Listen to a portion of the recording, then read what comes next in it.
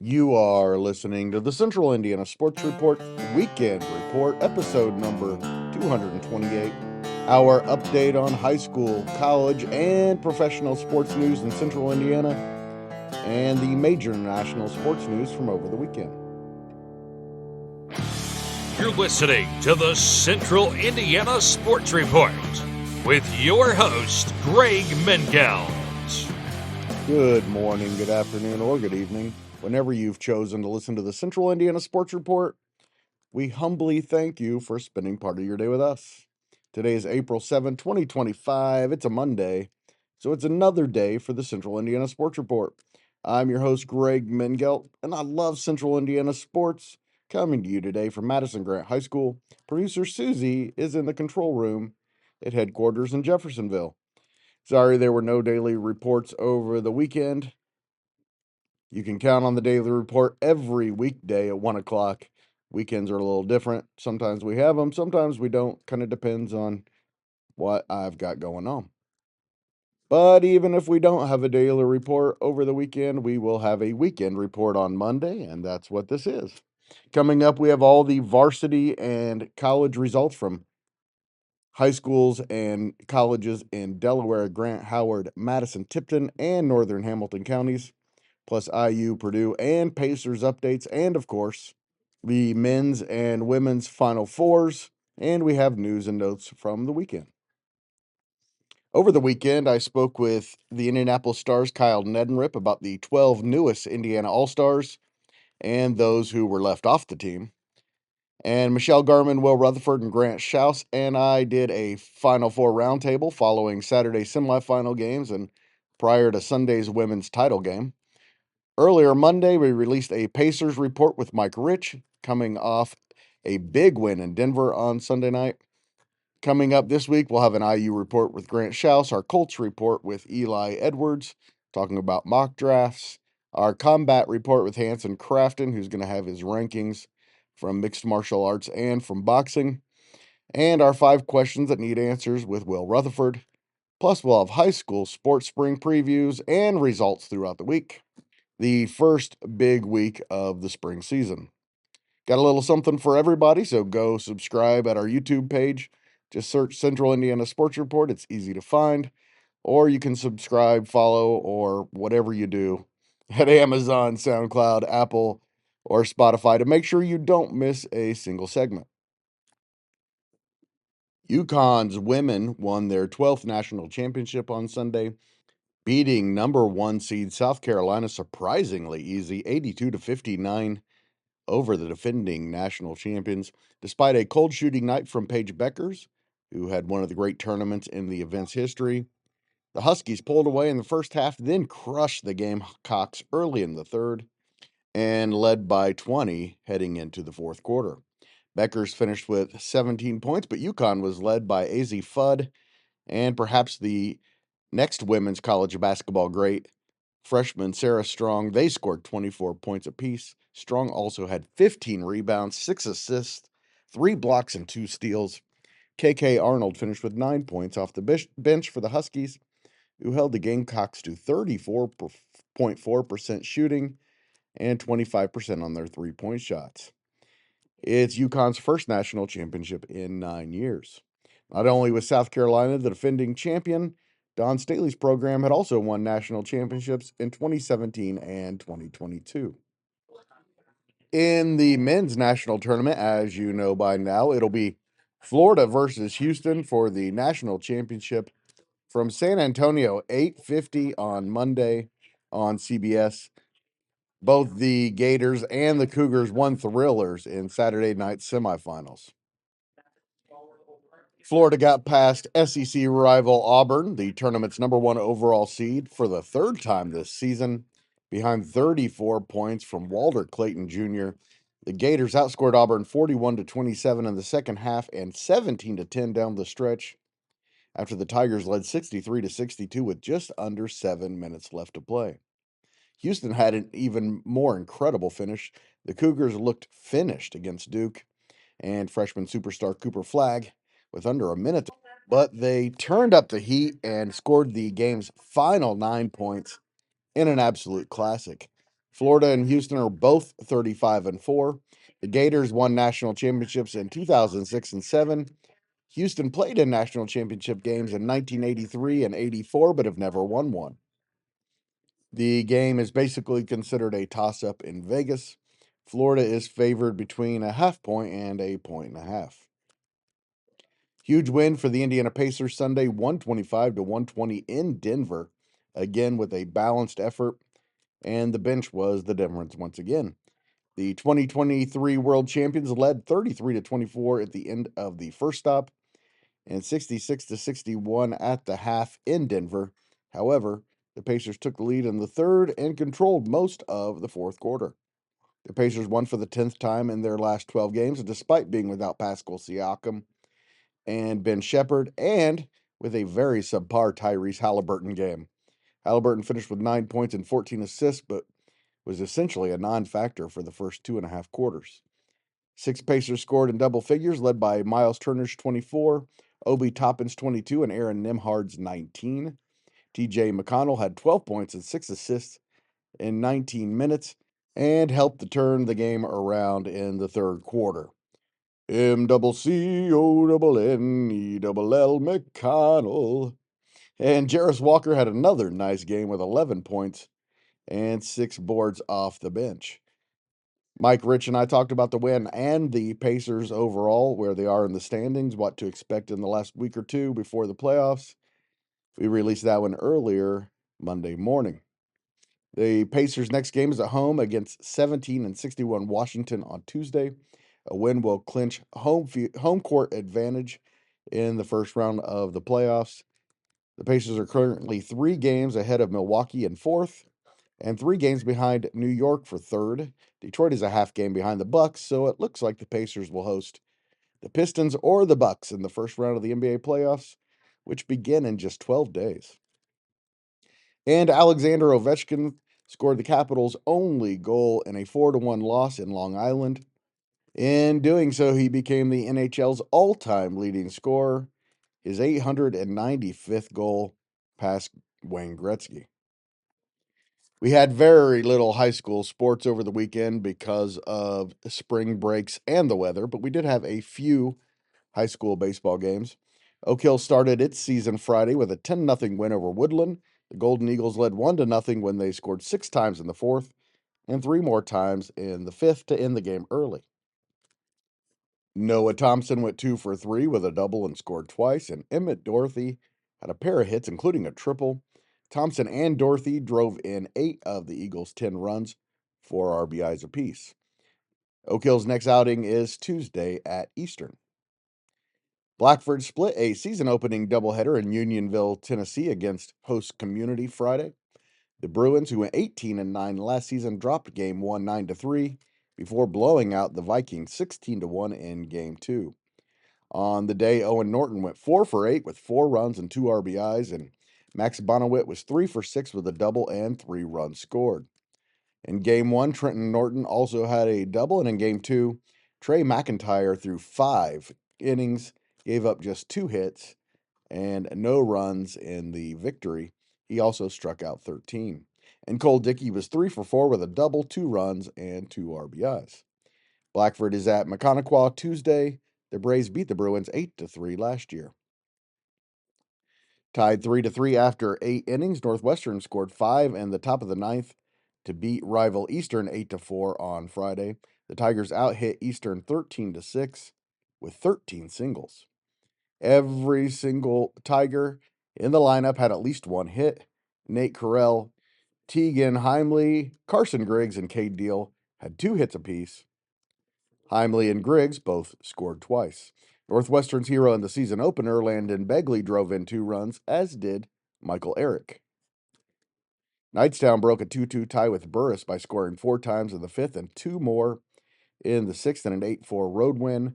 Sungwoo Moon had 2 hits, including a double, and drove in 3 of the Owls' 4 runs in the loss. John Hirschberger was 2 for 3 and scored a run. Nicholas Bonzek allowed just 3 earned runs in 4 2/3 innings and struck out 8 Panthers. Jackson Davies led Knightstown by going 3 for 4 with a triple and 3 RBIs.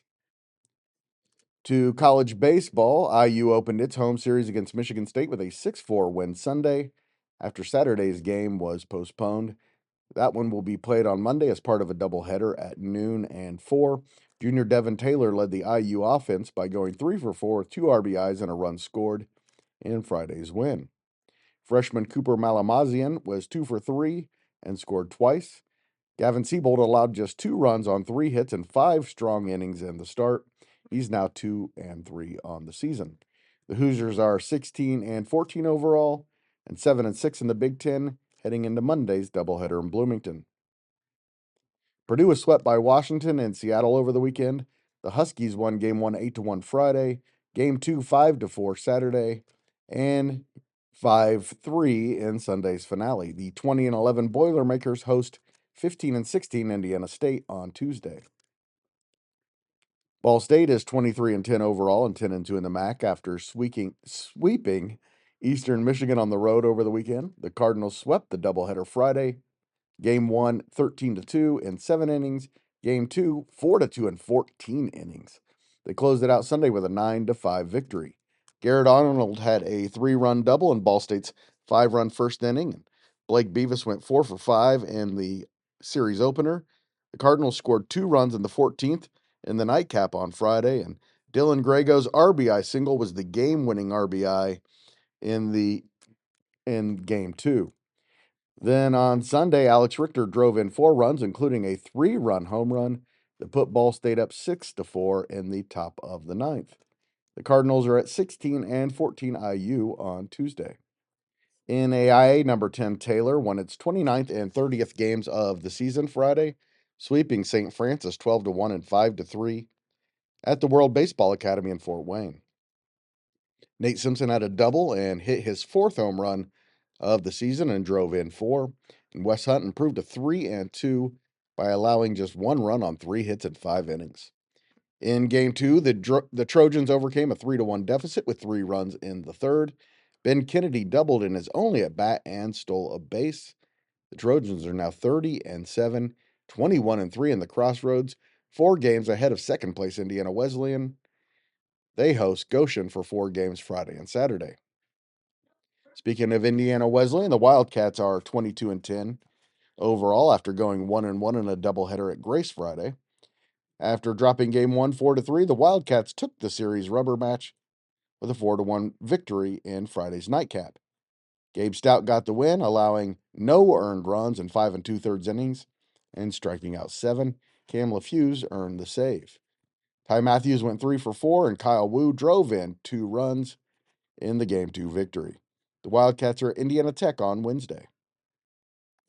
Anderson got a win over the weekend, a 4-2 victory over Mount St. Joseph on Sunday. Landon Southern is 3-1 after allowing just 1 run on 5 hits in his complete game performance. The Ravens and Lions will continue their Heartland Conference Series with a pair of games Monday at noon and 3 at Don Brandon Field. IUK pitching through a pair of shutouts in a doubleheader against IU Columbus in Kokomo on Friday. The Cougars won Game 1 5-0 and Game 2 9-0.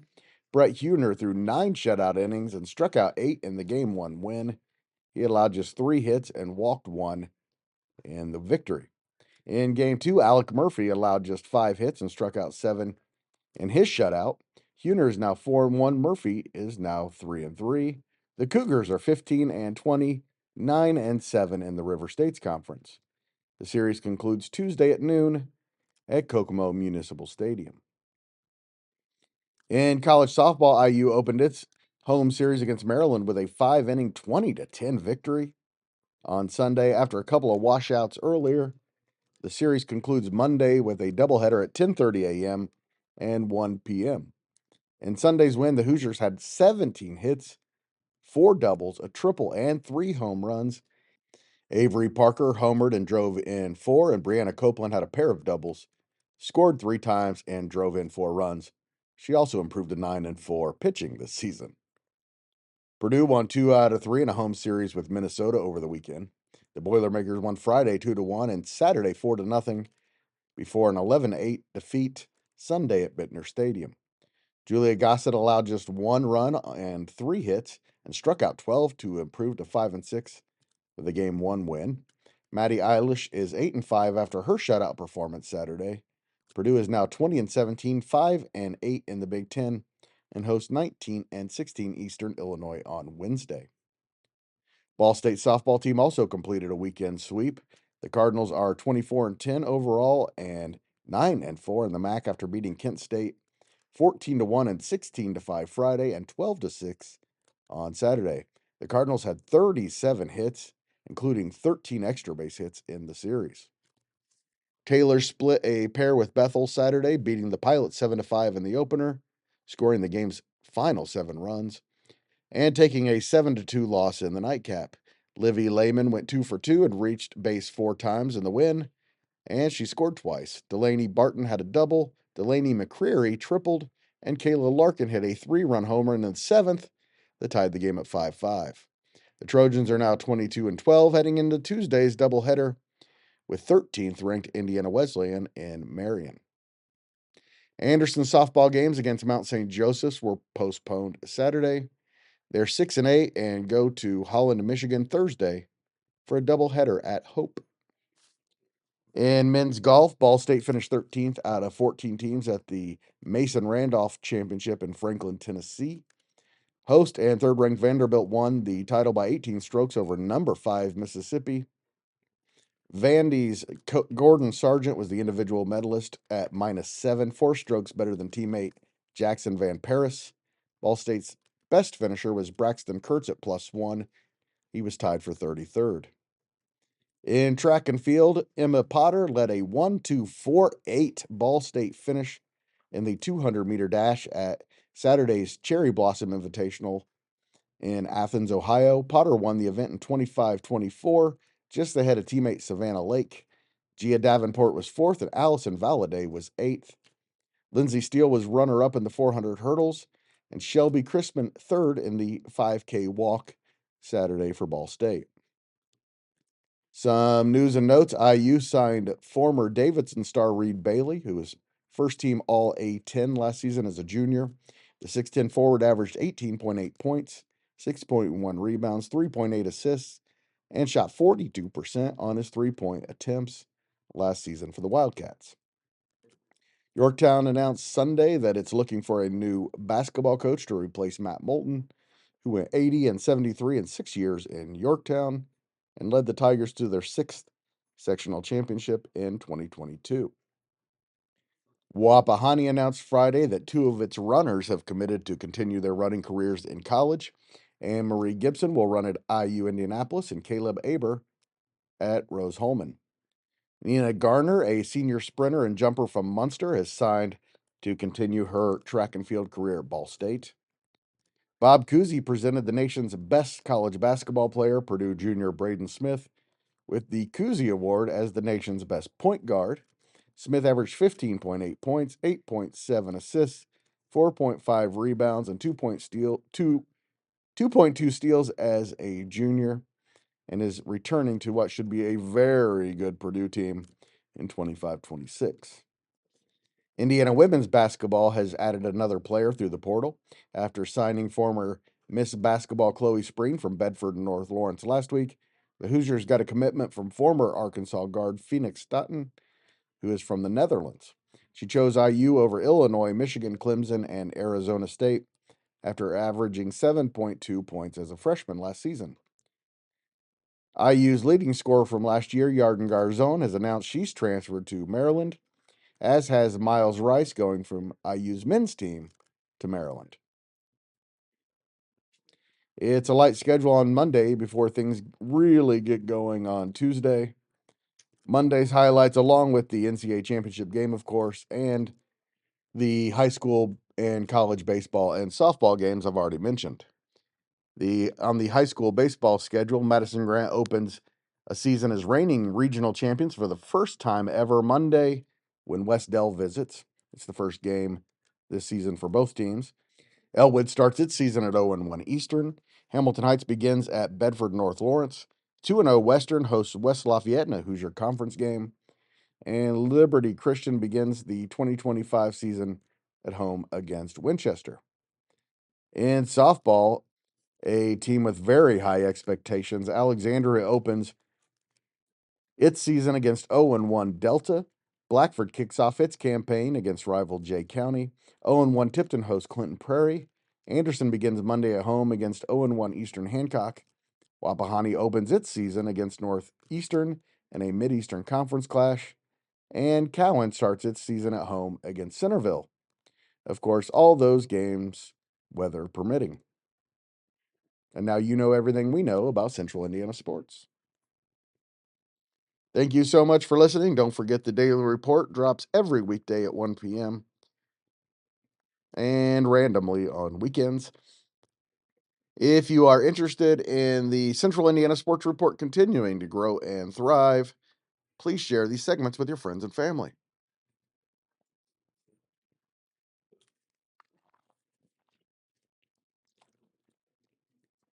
Central Indiana Sports Report is a product of ITG Media. And I love Susie.